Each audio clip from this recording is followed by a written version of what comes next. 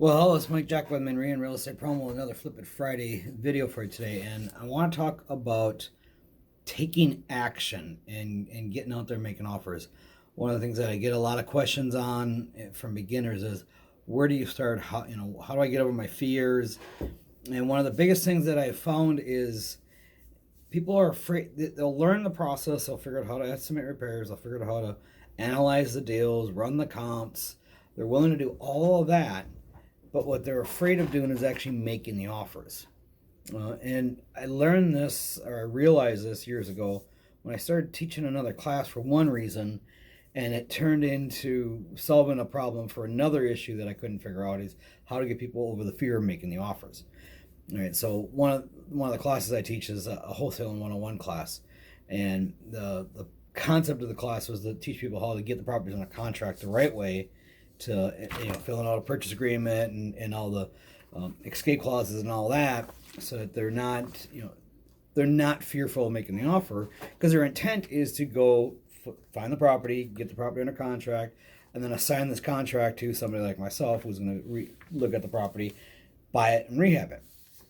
And what I found happened over time is I got so good at teaching people how to do this and took away all their fears of making the offer that once the sellers started accepting their offers, they didn't need to wholesale them anymore, because now that overcame their fear. And I found one of the reasons why they thought about wholesaling was because of that fear as well. Okay, what if I make my offer and I mess up on my after repaired values, or I screwed up on the repair estimates and my numbers are all completely wrong? If I wholesale the property, then I'm not the one that has to suffer from the consequences. And if I'm not able to wholesale the property, at least then I've learned that I mess up somewhere, and I can just walk away from the deal, because that's what the wholesale teachers teach you, which is true. In theory, you can just walk away from the deal. I mean, you don't ever want to make an offer with the intent of walking away from it. But if you did screw up on it and you have no other escape clauses, well, what we teach them is you're going to have the right clauses in here. Like, you're going to have the finance contingency, even though you're not going to, it may be a cash transaction. We teach always put in that you're going to get private money, and this is subject to you getting and acquiring the private funds, subject to an inspection. Always put those types of clauses in there. Allows you to walk away from the deal if everything goes wrong and you don't get the property sold.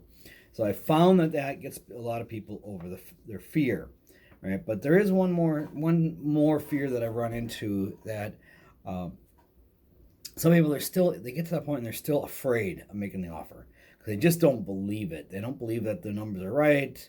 They don't believe any of that. So what I tell them to do when that's the case, when that's the situation, run through, do all the numbers, fill out the purchase agreement, but for your price, for your offer price, take whatever number you came up as your MAL, your maximum allowable offer, your cash offer, cut that in half, fill that price in, fill out the whole purchase agreement, go to the signature spot, sign the signature, and then mail that, or deliver it or present it to the seller somehow, knowing full well that there's no way that the seller is going to accept your offer because it's so low. Right? And then that way you get the practice of actually presenting the offer and sending the offer. Now, if you do that, be prepared for the seller to get upset that you made such a low offer. But in your mind, you don't care, because you're doing that as a practice, just to go through the process of filling out the paperwork. And I think I've narrowed down that one as another fear that people have, is filling out the paperwork. So if you go through the process of filling out the paperwork and the purchase agreement and all that, it's not scary. And it doesn't matter whether you're using a simple 1-pager or a 5-page or a 10-page, whatever contract you're familiar with or comfortable with, or the one that you got from your mentors or from your local RIA or you found online, I don't care what it is, just use it right now, because it's just practice. Make an offer that's half of what you think it should have been and submit that. And then if the seller says yes to that number, call me. Because then if you did everything right, or at least close to being right, and the seller still says yes, I might be interested in that property, or I'll know somebody that's interested. Maybe I'll buy it. We'll see on that one. But I'm saying that just as a practice to get over your fear of submitting the offers. Right? So those are the little things, just a little bit here, a little bit there. But the biggest thing is just take action, make the offers. And if you're really afraid of it, well, one, learn the wholesaling, and two, On your first couple ones, just do them as pure practice. And you can do them through the realtors. Now you got to find a realtor that's comfortable with it. So it's probably going to have to be a bank REO, and they'll go through the whole process of submitting it into the online formats that they have to submit. So you're not having to deal with an upset seller. It's just going to be a non-emotional decision buyer on the back end that you don't have to worry about.